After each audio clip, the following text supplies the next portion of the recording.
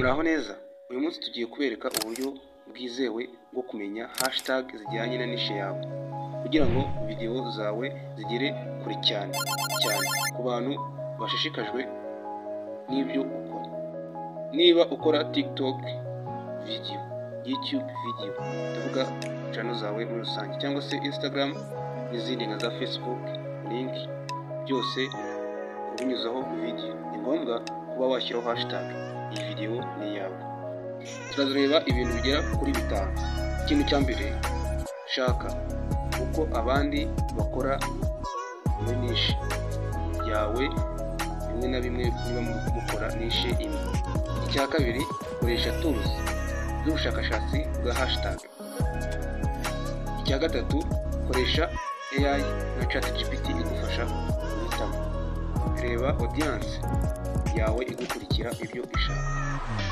Gerageza hanyuma ukore analytics cyangwa se analyze. Nyuma turaza kuza kureba inama y'uburyo twabikora. Ikintu cya mbere, reba ibyo abandi bakora. Uburyo bwa mbere ni ugusura channel z'abandi bantu bafite nishe imwe nk'iyawe. Reba video zabo zifite views nyinshi, kandi kuri description cyangwa se kuri title ubone hashtag bakoresha. Iyo hashtag isubiwemo kenshi ku bantu benshi, bishobora ko ariyo nzira nawe wakoresha. Ikintu cya kabiri, koresha tools z'ubushakashatsi. Hari ama website n'ama application bifasha kubona hashtag zikunzwe cyane muri niche zikoreshwa kuri internet, ku mashusho media.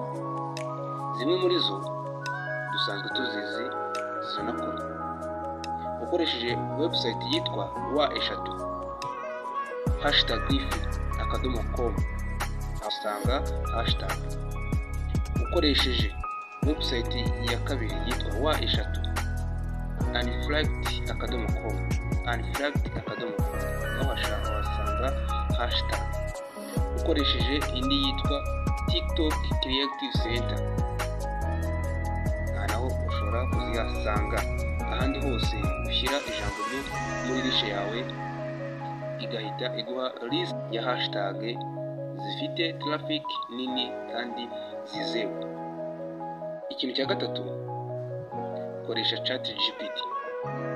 Ushobora no gukoresha ChatGPT AI, ibwire nishe yawe, irahita igushakira liste y'ama hashtag zijyanye na content yawe.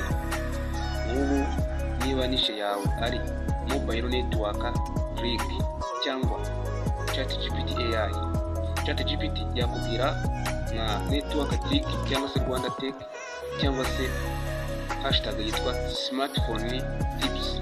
Izo ni hashtag ishobora kukubwira kandi zishobora kuba zaramamaye. Ikintu cya kane, reba ibyo abareba content yawe bashaka.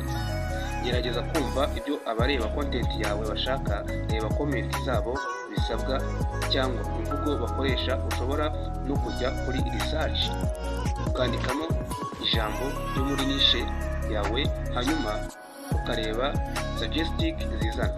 Urabona wanditse mu nyuguti uko waba uzi bato nyine rya jambo uyikoze research kuri YouTube, ubona ko rya jambo ritaryandika ni ibintu nyine uko bikorwa gutyo, ukareba iryizana aho hafi. Ikintu cya gatanu, gerageza hanyuma ukore analyze cyangwa se ujye muri analytics.